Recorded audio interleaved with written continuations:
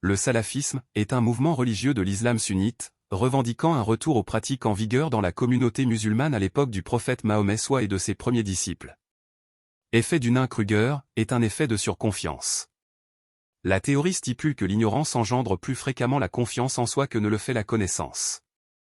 La théorie se divise en 3 étapes, la montagne de l'ignorance, la vallée de l'humilité, et le plateau de consolidation. Gauche-droite, à la fin du XVIIIe siècle, en France ceux qui se plaçaient à gauche du roi voulaient le changement et la révolution, donc le progressisme, alors ceux qui voulaient statu quo se plaçaient à droite, conservateurs.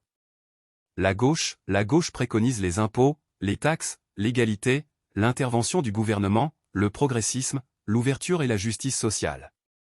Elle veut que tout le monde ait les mêmes chances d'arriver au bout de la formation quelle que soit son origine sociale et à une utopie d'égalité de chances.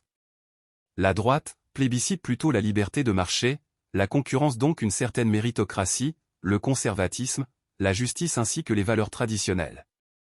Pragmatisme, le pragmatisme est une doctrine ou un mode de pensée selon lequel la réussite pratique est le seul critère de vérité.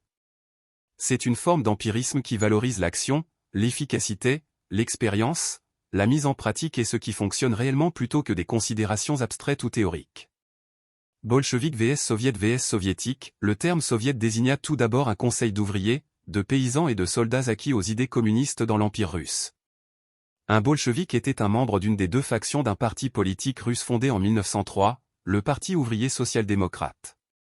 L'autre faction était les mencheviks, et je pense qu'il est inutile de préciser laquelle des 2 était la plus extrémiste et a exterminé l'autre par la même occasion. Un soviétique était tout simplement un citoyen de l'URSS, l'Union des républiques socialistes soviétiques, quelle que fût son affiliation politique.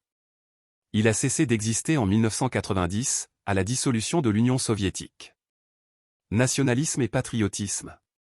L'un est l'exaltation du sentiment national et l'autre un attachement passionné à la nation. Selon Romain Gary, membre de l'éducation européenne, le patriotisme, c'est l'amour des siens. Le nationalisme, c'est la haine des autres. Le nationaliste voue un culte absolu à sa nation, dont les intérêts priment sur toute considération morale. Seul importe le développement de la puissance de la nation au détriment des autres. Le patriotisme, au contraire, est essentiellement défensif, il marque l'attachement à un lieu et à un mode de vie, sans prétendre l'imposer à d'autres. Autoritarisme. La principale différence entre un régime totalitaire et un régime autoritaire c'est que dans ce dernier on ne trouve aucune trace de la volonté des gouvernants d'obliger les citoyens à adhérer à une idéologie. Égalité vs équité. L'égalité est de commencer sur la même ligne de départ, sans nécessairement finir au même endroit. L'équité vise à fournir des avantages équitables à chacun en fonction de ses besoins individuels, ce qui est fait par des discriminations positives. Théorie de la justice sociale. La justice sociale est fondée sur l'égalité des droits pour tous les peuples et la possibilité pour tous les êtres humains sans discrimination de bénéficier du progrès économique et social partout dans le monde. Elle a une forte dimension morale. On cherche l'équité par des discriminations positives pour rétablir égalité des chances, justice sociale correctrice. Tout cela est en accord avec le socialisme. État de droit, Charonda. Nul n'est au-dessus de la loi, pour qu'un état de droit existe, il faut que les obligations qui émanent de l'État soient officielles, impersonnelles, impératives et sanctionnables.